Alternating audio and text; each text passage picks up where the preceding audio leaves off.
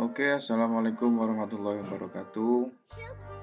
Ketemu lagi ya di tutorial Java NetBeans yang kali ini akan membahas tentang eksekusi query tentang insert, update, dan delete dengan menggunakan Java. Nah, kita tetap menggunakan layout yang pada video sebelumnya, yaitu input raport nilai SMKN Namalang. Langkah yang pertama yaitu kita akan menyesuaikan layout baru yang akan bisa mengeksekusi query. Jadi kita tambahkan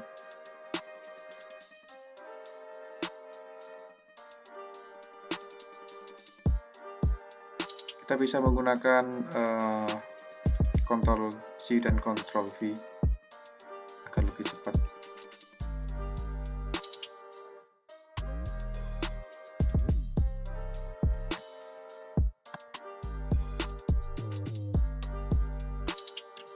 Ini untuk variabel name-nya kita ganti rata-rata saja.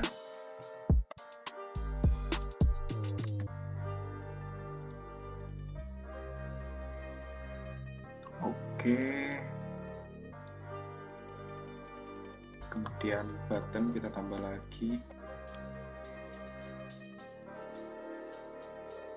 Edit text itu edit untuk tulisan dalam buttonnya. Kita ganti update aja. Nah, kita copy lagi yang sini.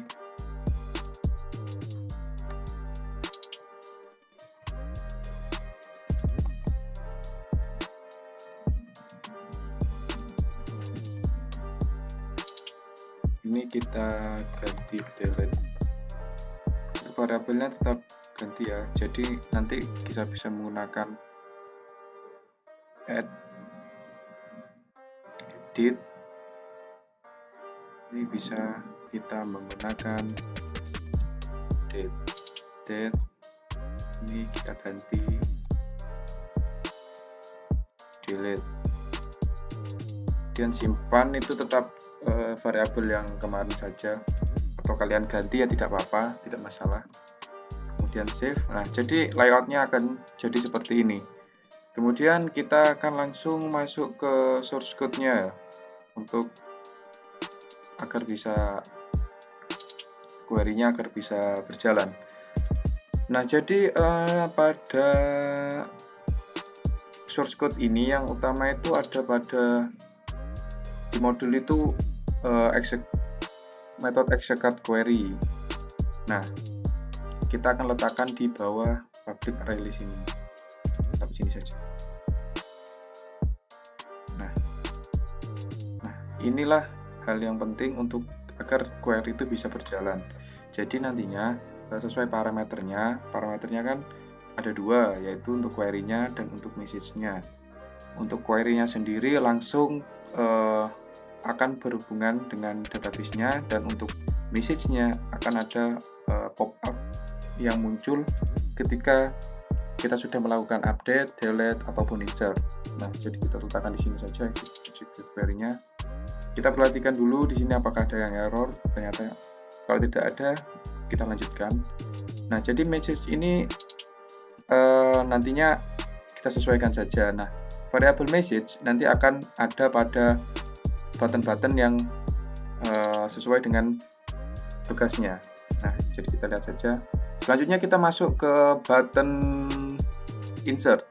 Nah, jadi button insert tadi menggunakan variabel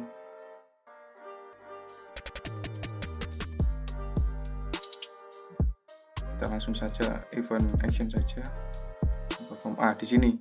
Ternyata di sini, oh ya, ini bekas yang kemarin ya, yang untuk rata-rata kita jadikan komentar atau dihapus tidak masalah, karena kita tidak digunakan lagi. Diam saja biar tidak bingung. Nah, langsung kita masukkan string query dan execute query-nya. Jadi query yang tadi ini akan dikirimkan di parameter yang ini. Nah, kemudian untuk variabel message ini nantinya akan ini. Untuk ini terinput ke database. Jadi message-nya ada di sini. Nah, kita lihat apa itu query-nya seperti ini, insert into nilai siswa. Nah, sebenarnya untuk petik ini adalah petik yang ada di keyboard atas dari tab atau sebelah kirinya angka 1 di keyboard. Jadi kita tidak menggunakan petik ini. Tidak menggunakan petik ini, melainkan petik yang ini. Perlu kalian perhatikan. Nah, agar lebih gampangnya lagi, kita tidak usah menggunakan petik ini, tidak masalah. Nah, seperti ini tidak masalah. Terserah kalian. Yang penting kalian tidak menggunakan petik yang biasanya atau seperti ini.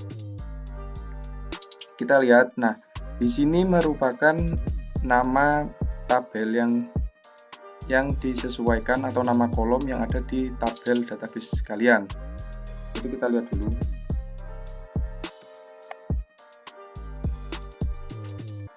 Nah, kita buka dulu PHP My Admin-nya. Kita lihat database-nya. Apakah sudah sesuai? Nah, ini. Di sini ada NIS, nama, nilai 1, nilai 2, dan rata-rata.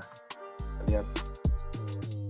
Nah, NIS, nama, nilai 1, nilai 2, rata-rata. Nah, kalau ini sudah sesuai.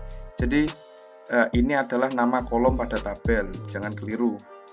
Nah, kemudian kita geser kanan, values itu adalah nilai yang diambil dari text field yang kalian isikan tadi.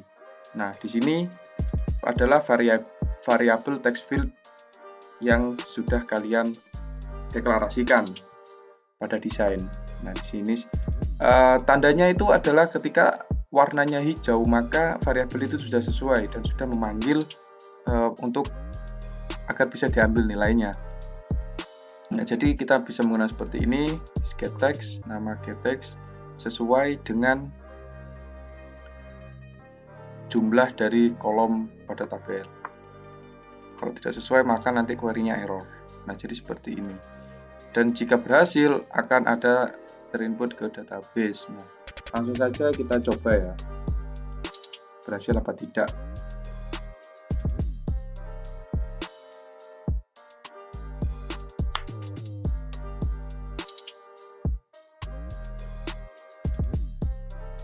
Nah, ini adalah data yang lama.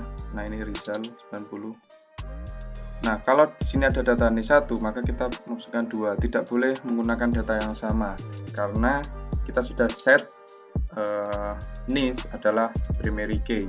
Kan kalian sudah tahu sendiri kalau primary key itu tidak boleh sama nilainya. Jadi kita lihat saja. Oh ya, sebelumnya untuk rata-rata, oke.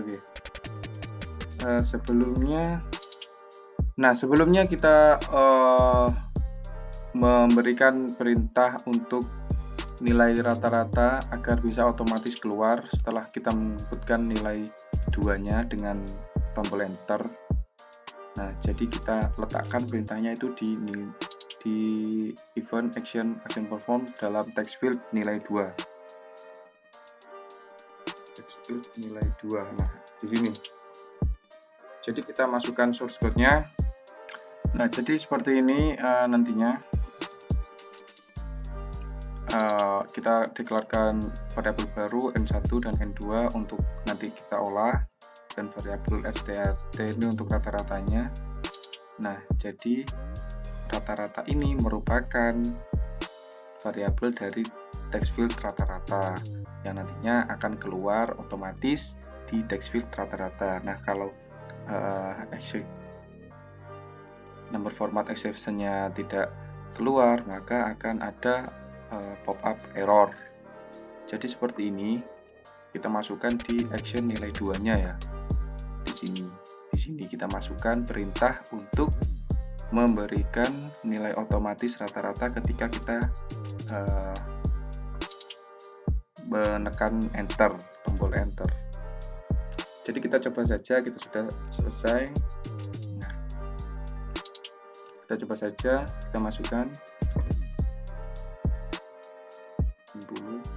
20. Nah, setelah itu kita tekan enter, harus angka. Nah, jika masih keluar seperti ini, maka kita harus menghilangkan di sini. Kita menghilangkan saja, kita menggunakan komentar. Kita coba.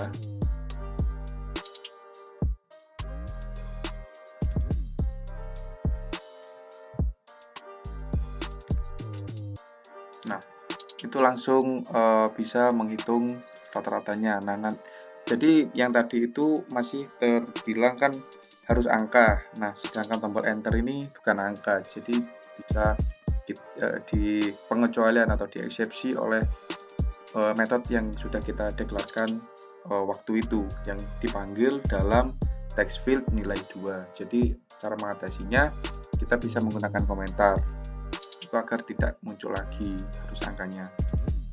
Nah, kemudian kita cek tombol simpan apakah berfungsi atau tidak. Nah, ketika data terinput sukses, maka akan ada muncul pop-up seperti ini, data terinput ke database sukses. Nah, jadi kita oke. Belum keluar, harus kita refresh dahulu. Nah, sebelumnya kita cek di database-nya. Kita refresh.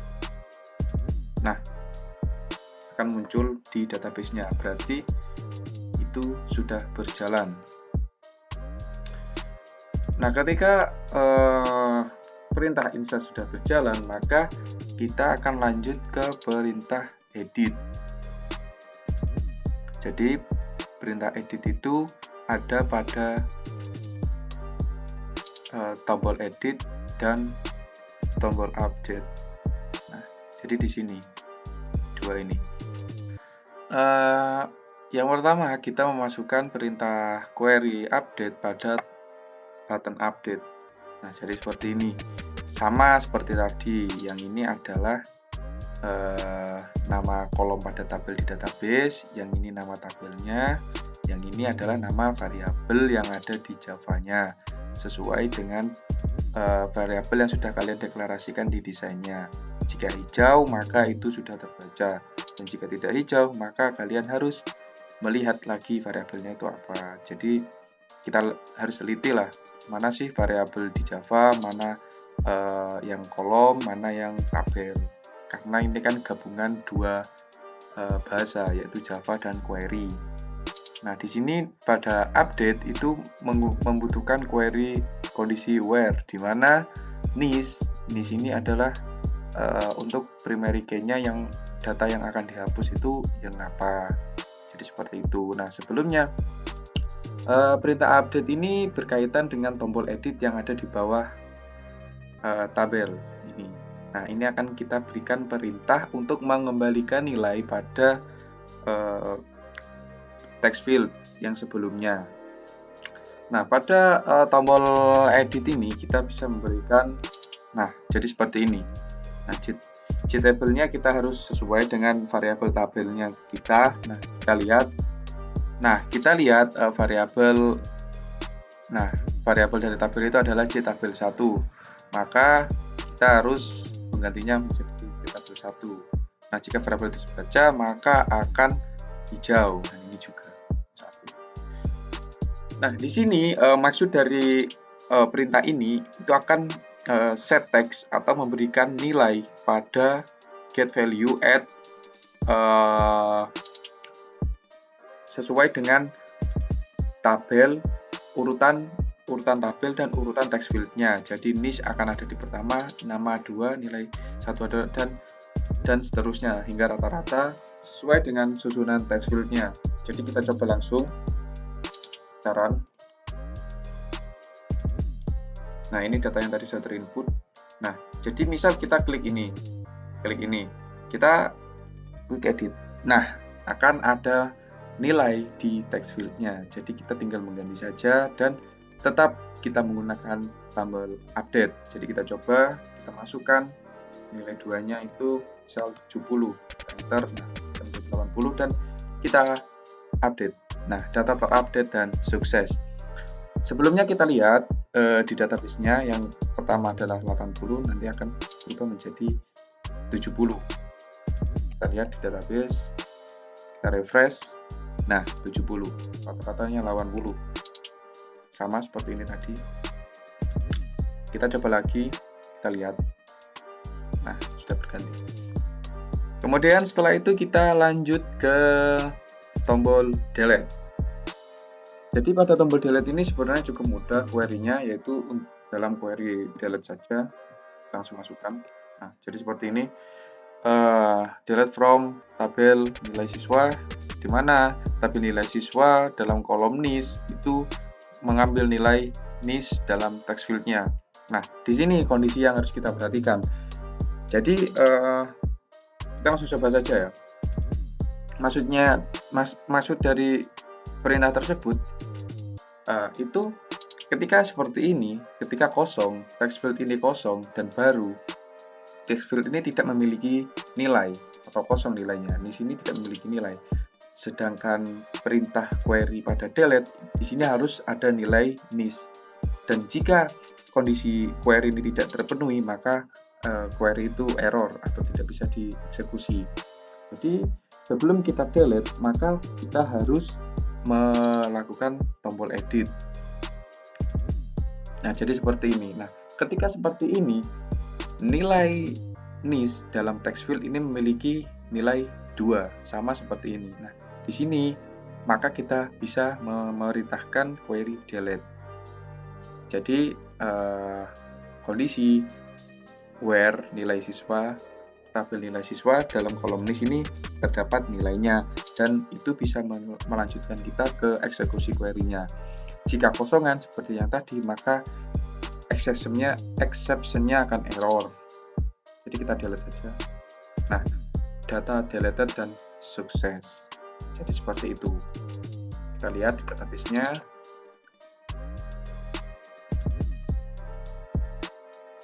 Nah, sudah terdelete.